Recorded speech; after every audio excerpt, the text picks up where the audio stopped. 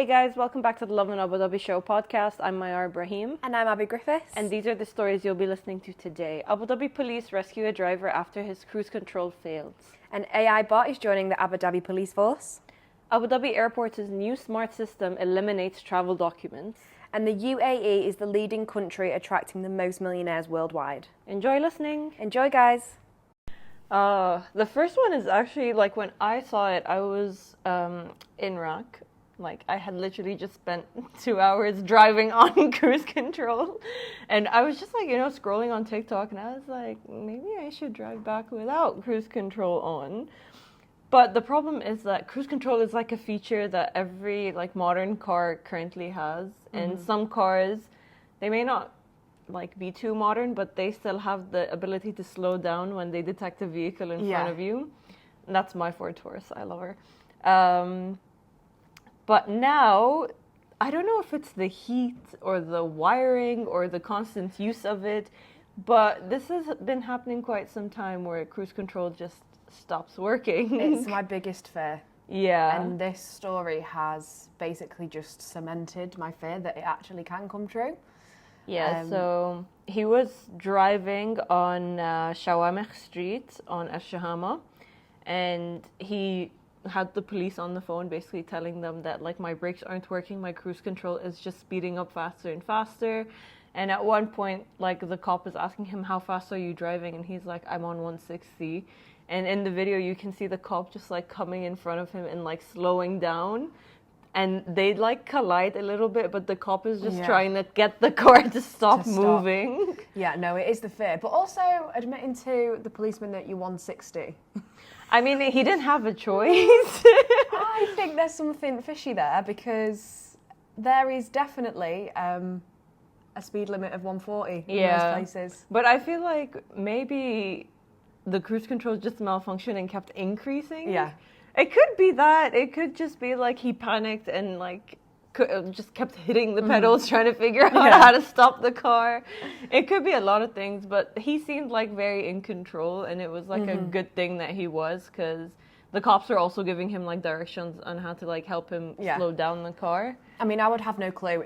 Obviously everybody uses cruise control daily. Like, it's the only way to make sure you don't get trapped by those speed cameras that literally are everywhere, all over the UAE. Driving frequently from Abu Dhabi to Dubai, like, you need your cruise control on, that's fine. But even before this story came out, I always thought to myself, like, what happens if this just stops? Like, what if I can't stop? Like, what if there's no hard shoulder? Who am I going into? Like, I think about things quite a lot and in depth for no reason whatsoever, and just give myself a lot of pain through that. I mean, a lot of the times, like, when this happened to someone in Dubai, they did, like, announce a few ways to kind of, like, get your car to stop when you have, like, cruise control. One of the ways is turn your car off. Yeah. Force it into neutral, pull up the handbrake, just, like, put on your hazard lights while you're doing all of this. Scream out of the window. I always wonder, like, who would I call if that situation, like, obviously your first thing is the police, but I'd be like, Mom, not that she could help me, but I'm like, I think I would call my dad. I'd be like, Baba, help. The car won't stop. Yeah, it's mental. And he'll just yell at me and be like, why are you calling me? Call the police. And I'm like, I don't know. Literally, it's wild. It's when you have your first, like, mechanic visit and you don't know what's happening and he's trying to scam you. So you call your dad, like, the hamster with the big eyes. Just like, Baba, he's telling me that I have to, like, change my eye. Yeah, yeah, literally. Can't do anything. There's pink jobs and there's blue jobs. There's pink jobs and blue jobs. But this is great, to be honest. This, obviously, we all have our sort of thoughts that this could ever happen on the road, but the fact that the Abu Dhabi police can actually get this sorted so quickly and so efficiently, it's quite reassuring. It's sort of reassured my irrational fears that it's ever going to happen. Oh yeah. To be able to calm the car down, and it's good information as well if it does ever happen. So yeah, guys, stop your car, put it into neutral. Obviously, try and turn cruise control off and call the police. Especially Always if you're going 160. Try and get those, try and validate why you're going so fast. That would be a good help. Sometimes the car just speeds up out of your control. You're zoning out and you just didn't realize. Yeah, literally. So another story which is dead cool. There's an AI bot has joined the Abu Dhabi police force. So this is basically a smart robot to enhance traffic awareness and interact with the public. It can display digital traffic announcements, awareness videos, it can respond to inquiries, provide traffic tips, other safety guidance for pedestrians and students, and ensure proper school bus procedures and more. So imagine you're, for example, logging onto the Abu Dhabi Police website. This little bot will probably answer all your questions and inquiries really fast, on time. Obviously, because it's a AI-generated bot, it can answer multiple people's questions at multiple points. So you're not just waiting for one service advisor to help you. So it will speed up times. It'll also help with sort of training and teaching people, like teaching pedestrians and students, and obviously proper bus school procedures. This is amazing to be able to do it with younger kids in schools. I don't know, when I read this at first, I thought it was going to be like Meet the Robinsons, like, you know, how they have like robots and all of that. I just like thought very future, very like, you're going to find like a robot on the street, like at the zebra crossing, like just helping kids cross. Like an actual physical robot. Honestly, I wouldn't put it past Abu Dhabi. I feel like that's also in the works. Yeah, exactly. But it's really efficient way of educating and informing the people of Abu Dhabi. Obviously, people are going to be calling and asking for information from the police so much more frequently. And to reduce waiting times, this is an amazing sort of initiative. And it is dead cool. It has picked up a lot of global news.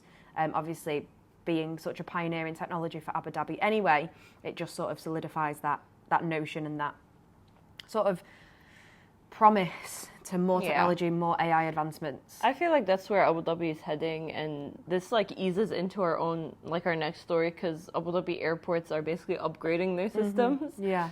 So if you've traveled from Abu Dhabi airport, then especially if I think you've gone through Etihad, then you kind of know how seamless it is. So the first time I experienced this was I booked Etihad, I was going to the Maldives. And I did the self-check-in. I felt like an independent woman, you know. I walked up, I asked the guy, I was like, is this for Etihad? And he was like, yes. And I picked up my little suitcase, put in all my details, and just like wrapped the bag, and it went on its way. I was like, wow, I didn't have to talk to anybody. Well, in theory, I wouldn't have to if I knew where I was going. But technically, I didn't have to talk to anyone to get like my bag weighed or like anything done. I was done. I had my boarding pass, all my details put in. Dead efficient. And like that, I was able to go through security. And you know, security in Abu Dhabi airport is also just smart gate. So you just go in, you look at the camera, bada bing, bada boom, you're done. And now they're basically going to plan on rolling this out to 5 other airlines. Nice. So it's not just Etihad where you can like have a self-service baggage or facial recognition or anything like that. I think the facial recognition though is for all flights. Yeah. Yeah. Yeah, so it makes it a lot more calming, I think, going to the airport. Obviously, once you've done it once, you sort of know the tricks of the trade of being able to get through it a lot more seamlessly. But sort of having these... it is hard not having any human interaction sometimes.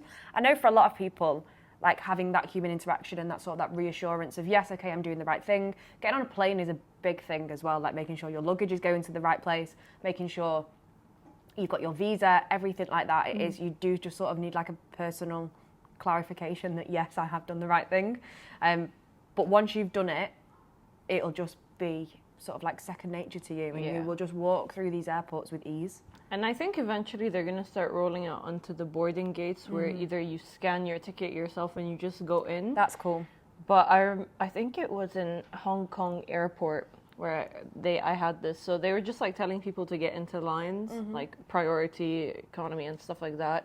And you would scan your ticket and look into a camera, and then the gate would just open and let you in. Oh, that's quite cool. So it's just like, okay, it's giving smart gate, but like right before your flight.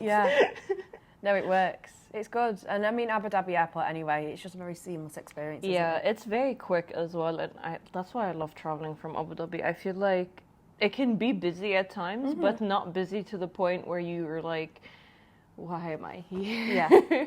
Where you're standing for like 30, 40 minutes in a line while people just keep passing and passing. Yeah, literally.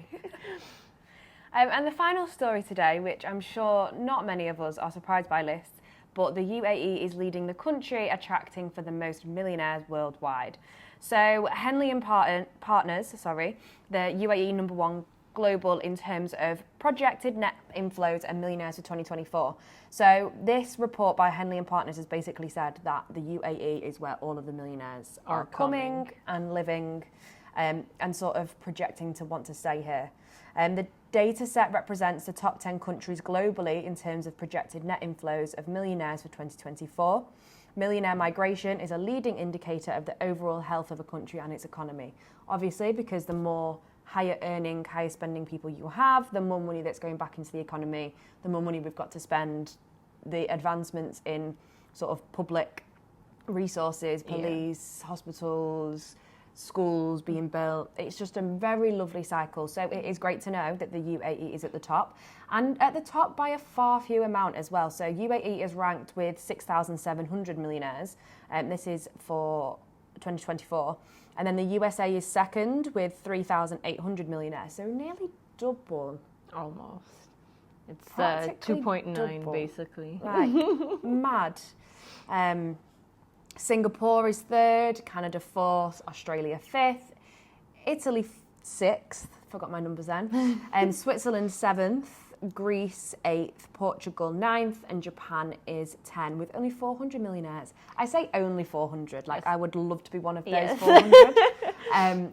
Unfortunately, I am not. But yeah, it's just a massive, I mean, looking at the top with the UAE being 6,700 and Japan at the bottom with 400, you can sort of tell the massive difference between all of these countries. I just feel like it's because the UAE is becoming like a global investment hub as well. So like there are a lot of like up and coming real estate projects in Dubai, Abu Dhabi, Iraq. So you can just tell that people are like coming in to invest, as well as like media, businesses, like there's just a lot of like opportunities here for these people to grow and gain like assets, gain more, I don't know financial terms, I'm sorry. Yeah, I guess as well, like if you're earning a lot of money and you are one of these millionaires in a country, let's say the UK, and half of your earnings are then going over to tax. Coming over to the UAE and obviously being tax free, it is obviously excluding corporate tax with their companies. We're talking personal here, but it is a massive, it's high risk moving a company, but it's also for personal gain to actually keep all of your money that comes out. It makes a lot of sense. And I think that is a lot of what people are doing. These massive high earners across the world are looking for different lives, different sort of financial opportunities here. I also did like read like a lot of the comments on this post, and everyone were saying, what about the billionaires? Like other countries have more billionaires. I was like, you have a point, but this post is about the number of millionaires coming in this year. Yeah, exactly. And I feel like 6,700 it's a nice number. It is, it's huge. It's huge and it's great for the economy as well. Great. I feel like we should have put like, I'm looking for a man in finance as a background for that. I'm definitely looking for a man in finance, one of these 6,700 millionaires. Anyway, that's all that we have for you guys for today. So tune in next week. We will be going live once again on Wednesday. Tag us in anything that you're up to this weekend. We love to see what you guys get up to. Even if you're just taking like a nice picture of the sunset or sunrise, you never know, we might reshare on our posts and stories as well. Yeah, I love the sunsets and sunrises, so it just keeps me smiling if you do share them with us. I feel like the winter sunsets hit different here. No, less humidity. Less humidity, lots of like cotton candy skies. Yeah. But thank you guys for tuning in. We'll see you next week. See you soon. See you next week.